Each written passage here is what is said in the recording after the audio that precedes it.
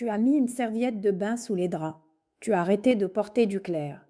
Et avant de sortir, tu repères où sont les toilettes, pas par confort, par calcul. Depuis quelques mois, tes règles ne ressemblent plus à tes règles. Elles arrivent quand elles veulent, elles durent. Et certains jours, tu n'oses plus t'éloigner de chez toi. Et quand tu en as parlé, on t'a répondu que c'était normal, à ton âge. Alors je vais être très claire avec toi tout de suite. Fréquent, oui. Normal, c'est un autre mot. Et surtout, fréquent ne veut pas dire qu'il n'y a rien à faire, ni qu'il n'y a rien à regarder. Dans les minutes qui viennent, je vais t'expliquer pourquoi ça arrive maintenant, et ce n'est pas du tout ce qu'on te raconte, ce qui doit t'amener à consulter sans attendre, et ce qui marche vraiment quand on veut que ça s'arrête. D'abord, je voudrais t'enlever un poids, celui de te demander si tu exagères. Il n'existe pas de seuil que tu devrais atteindre pour avoir le droit d'en parler. Pendant longtemps, on a défini les règles abondantes par un volume mesuré en laboratoire, 80 millilitres par cycle. Personne ne mesure ça dans la vraie vie. Toi, tu ne mesures pas des millilitres. Tu mesures ta journée. La définition qu'utilisent aujourd'hui les gynécologues est beaucoup plus juste. Des règles sont abondantes quand la perte de sang gêne ta vie physique, sociale, émotionnelle ou matérielle. C'est écrit comme ça, noir sur blanc, dans la classification internationale. Ton ressenti n'est pas un détail à côté du diagnostic. Il fait partie du diagnostic. Donc si tu changes de protection toutes les heures, si tu doubles serviettes et tampons, si tu te lèves la nuit pour te changer, si tu as déjà annulé quelque chose à cause de tes règles, tu n'exagères pas, tu décris. Et tu n'es pas une exception. Une grande étude américaine a suivi 1320 femmes pendant 10 ans en leur faisant remplir un calendrier de leurs règles, jour après jour, pendant toute leur traversée de la ménopause. 4 origines différentes, ce qui est rare et précieux. Je te donne les chiffres, mais je te donne surtout de qui on parle. De ces femmes-là, suivies pendant leur périménopause. Pas de toutes les femmes du monde. Parmi elles, environ 3 sur 4 ont connu, au moins 3 fois, des règles qui duraient 10 jours ou plus. Et 1 sur 3 a connu, au moins 3 fois, des saignements qu'elles ont elles-mêmes décrits comme abondants pendant 3 jours d'affilée. Ce n'est pas une moyenne qui s'applique automatiquement à toi, mais ça dit une chose. Ce que tu vis est un phénomène de masse, complètement silencieux, dont presque personne ne parle. Maintenant, la question qui compte vraiment. Pourquoi maintenant? La réponse qu'on entend partout, c'est que tes hormones baissent. Et pour les règles abondantes, cette phrase est fausse, pas approximative, fausse. Et je pèse mes mots parce que c'est exactement cette phrase-là qui fait qu'on ne cherche pas plus loin. Tant qu'on croit que tout vient d'un manque, on attend simplement que ça passe. On endure. On compte les mois. Parce que si tes estrogènes s'effondraient, ton endomètre, la muqueuse qui tapisse l'intérieur de ton utérus, deviendrait fin. Et un endomètre fin, ça saigne peu. Or toi, tu saignes beaucoup, beaucoup trop. Donc ce qui se passe est autre chose, et c'est beaucoup plus intéressant. Reste avec moi 2 minutes, parce qu'une fois que tu auras compris ce mécanisme, tout le reste, y compris le choix des traitements, va te paraître évident. Une équipe australienne a fait quelque chose de rare. Prélever du sang 3 fois par semaine, pendant un cycle entier, chez des femmes classées selon leur stade exact de vieillissement ovarien. Ce qu'elle observe est contre-intuitif. En avançant dans la transition, les estrogènes des cycles avec ovulation ne baissent pas. Ils montent. Ce qui baisse, c'est la progestérone de la deuxième partie du cycle. Et surtout, les cycles sans ovulation se multiplient. Dans le groupe le plus avancé de cette étude, près de 4 cycles sur 10 se passaient sans aucune ovulation. Or, la progestérone, c'est le frein.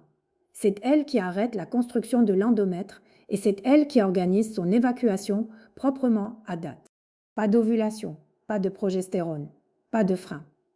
Alors la muqueuse continue de s'épaissir, sans instruction, jusqu'à se détacher n'importe comment et n'importe quand. C'est ça, une règle abondante de périménopause. Un mur trop épais qui finit par tomber d'un coup. Sauf que, et c'est là que je veux être honnête avec toi, c'est hormonal n'est qu'une explication possible parmi plusieurs. Les gynécologues du monde entier utilisent une grille commune pour classer les causes de saignements anormaux. Elle sépare 2 familles. D'un côté, ce qui se voit. Un polype, une adénomiose, un fibrome, une lésion de l'endomètre, une cause de structure, quelque chose qu'on peut montrer à l'échographie. De l'autre, ce qui ne se voit pas. Un trouble de la coagulation, parfois connu depuis l'adolescence. un dérèglement de l'ovulation, celui dont je viens de te parler, un problème de l'endomètre lui-même ou l'effet d'un médicament que tu prends déjà. Et ces deux familles peuvent très bien coexister chez la même femme en même temps.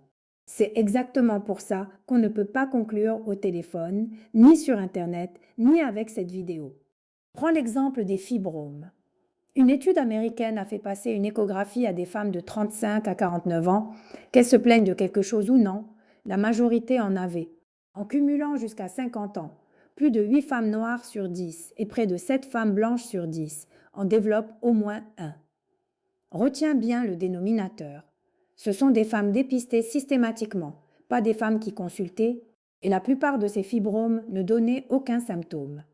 Ce qui a une conséquence énorme et qu'on te dira rarement. Si on trouve un fibrome chez toi, ce n'est pas automatiquement la cause de tes saignements, c'est peut-être lui. C'est peut-être une coïncidence avec un trouble de l'ovulation derrière qu'on n'a pas cherché. Trouver quelque chose, ce n'est pas la même chose qu'avoir trouvé la cause. Et si le traitement ne change rien à tes saignements, il faut avoir le courage de rouvrir la question.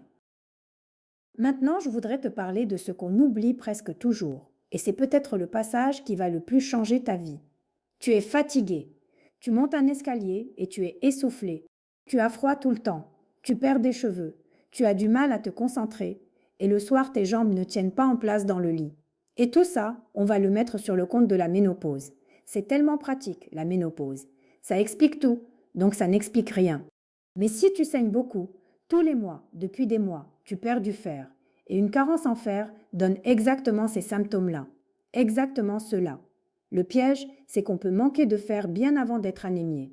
Une prise de sang qui montre une hémoglobine normale ne veut pas dire que tes réserves sont pleines. Ce qu'il faut demander, c'est la ferritine. C'est elle qui mesure le stock. Alors si tu ne devais retenir qu'une seule chose de cette vidéo, retiens celle-là. Quand les règles sont abondantes, on dose la ferritine. Passons maintenant à ce qui ne peut pas attendre. Consulte sans tarder si tu imbibes complètement une protection en 1 heure et que ça se répète plusieurs heures de suite. Si tu perds régulièrement des caillots plus gros qu'une pièce de monnaie, si tu saignes entre tes règles ou après un rapport, si tes règles durent plus de 7 jours, cycle après cycle, et si tu sens que tu pars, la tête qui tourne quand tu te lèves, le cœur qui s'emballe, une pâleur inhabituelle, une sensation de malaise pendant un saignement important, là, ce n'est plus un rendez-vous à prendre. En France, tu appelles le 15 ou le 112, au Canada, le 911.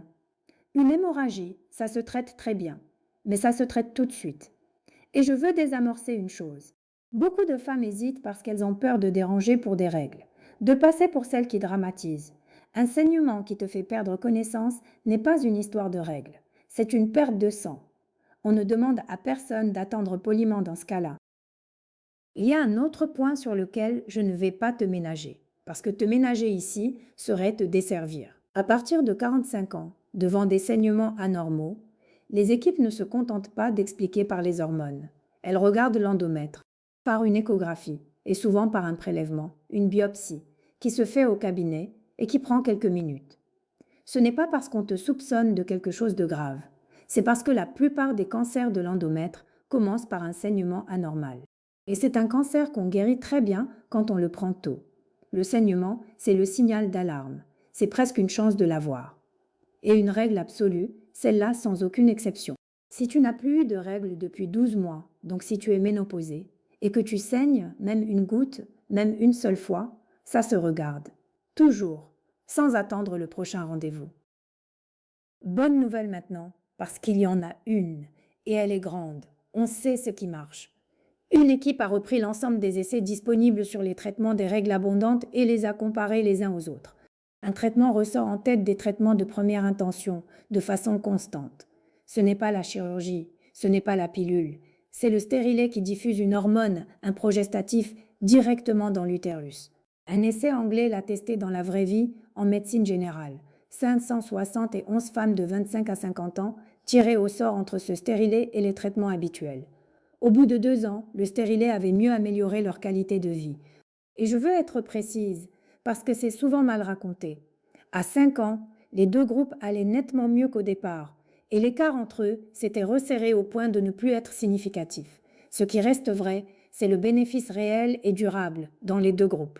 Et là, presque toujours, la même phrase revient. Un stérilet? Mais je n'ai plus besoin de contraception. C'est le malentendu que je voudrais lever. Ici, ce n'est pas un contraceptif. C'est un traitement local du saignement qui agit sur l'endomètre à très faible dose, avec beaucoup moins d'hormones qui circulent dans ton corps qu'avec un comprimé avalé tous les jours.